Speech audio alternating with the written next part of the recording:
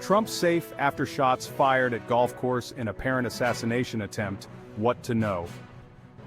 Just 2 months after an attempted assassination of former President Donald Trump in July during a rally in Pennsylvania, another apparent attempt on the Republican presidential nominee's life was foiled by authorities on Sunday at Trump International Golf Club in West Palm Beach, Florida. Trump was unharmed, and a suspect who fled the scene was arrested. Politicians across the spectrum have condemned the attack, and law enforcement officials are investigating. Here's what to know. Hiding in the bushes, what happened? While Trump was golfing on Sunday around 1:30 p.m., a Secret Service agent, positioned one hole ahead of the former president, noticed a rifle muzzle an estimated 300 to 500 yards away, peeking out of bushes lining the golf course, Palm Beach County Sheriff Rick Bradshaw said in a press briefing later on Sunday. As Secret Service personnel opened fire at the gunman hiding in the bushes, Bradshaw recounted, the gunman dropped his weapon and other items, an AK-47 style rifle with a scope, 2 backpacks which were hung on the fence that had ceramic tile in them, and a GoPro camera, and fled in a vehicle. It's unclear if the suspect had managed to take any shots at Secret Service agents during the engagement, a Secret Service representative said during the press briefing on Sunday. A witness reported seeing the suspect flee from the bushes and photograph the vehicle he jumped into. Authorities were able to pull that vehicle over on a highway, the Martin County Sheriff's Office said in a Facebook post around 3:30 p.m. We did not give him an opportunity to put up a fight, we had him contained, forced off the road, taken out at gunpoint. Martin County Sheriff William Snyder told the media of the arrest during the later press briefing, adding that the suspect was unarmed, relatively calm, and not displaying a lot of emotions when he was stopped. The witness was brought in to confirm the suspect was the same person seen fleeing earlier. Authorities have not named the suspect, though anonymous sources in law enforcement have identified the man arrested to multiple media outlets as Ryan Routh. Read more what we know and don't know so far about the Trump golf course shooter. I will never surrender, Trump's response. In an email to supporters, Trump said, there were gunshots in my vicinity, but before rumors start spiraling out of control, I wanted you to hear this first. I am safe and well. Nothing will slow me down. I will never surrender. After the incident, Trump returned to Mar-a-Lago, his Palm Beach resort, about 4.5 miles away from the golf course, the Associated Press reported. Despite another apparent attempt on his life, Trump was in good spirits on Sunday evening. Trump's running mate, Ohio Senator J.D. Vance, and supporter Senator Lindsey Graham both posted on social media, saying that they'd each spoken with the former president. CBS reported, citing Trump's friends, family, and advisors, that he was joking that he wished he could have finished his round of golf. Fox News host Sean Hannity said he spoke with Trump's golf partner on Sunday, real estate investor Steve Witkoff, who recalled that Trump went out of his way to express gratitude to the Secret Service agents at the scene. Meanwhile, a Trump campaign internal email to staffers warned them to remain vigilant, the AP reported. This is not a matter that we take lightly. Your safety is always our top priority, said the email. As we enter the last 50 days of President Trump's campaign, we must remember that we will only be able to save America from those who seek to destroy it by working together as one team. In a Truth Social post later Sunday night, Trump said, I would like to thank everyone for your concern and well wishes. It was certainly an interesting day.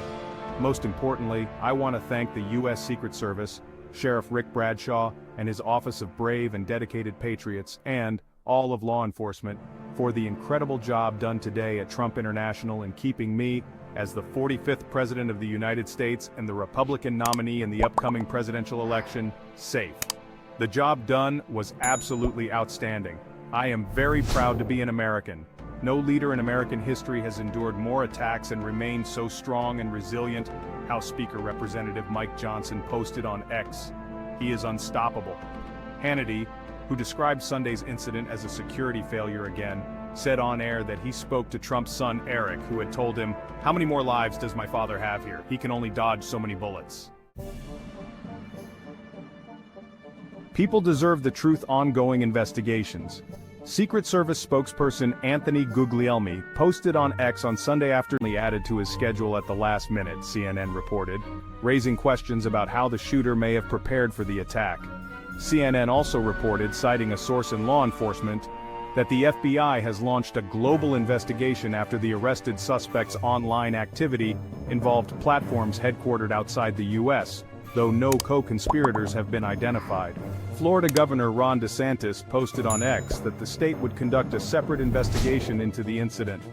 The people deserve the truth about the would-be assassin and how he was able to get within 500 yards of the former president and current GOP nominee, said DeSantis, Trump's former primary rival who has since endorsed him. Representatives Mike Kelly and Jason Crow of the Congressional Task Force on the earlier assassination attempt on Trump posted a joint statement saying that they have requested a briefing with the U.S. Secret Service about what happened and how security responded.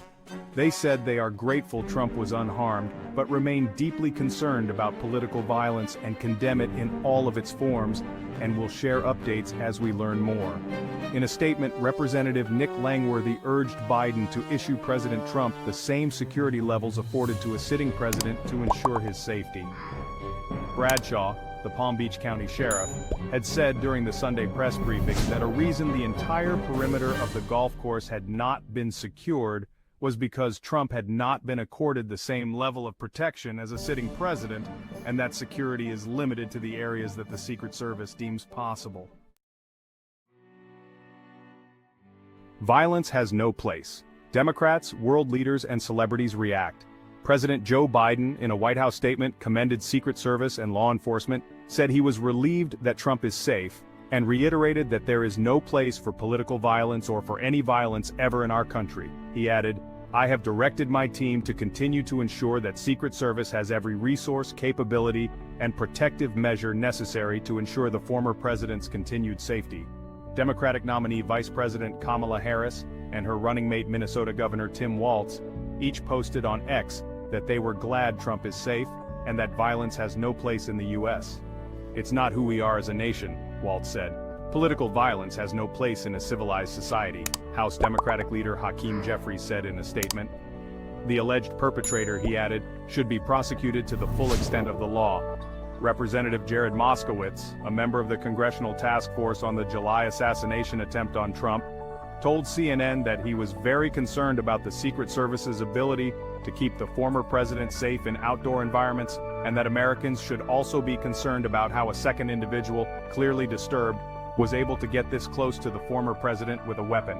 He added, this is getting embarrassing for the agency, and people in Congress are bewildered why we're in this situation now for a second time.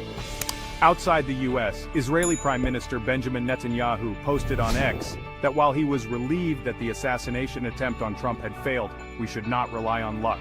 He added, we send our best wishes to Donald and Melania, along with our hopes that all measures will be taken to ensure that such deadly attacks on a candidate for the U.S. presidency will be foiled in advance.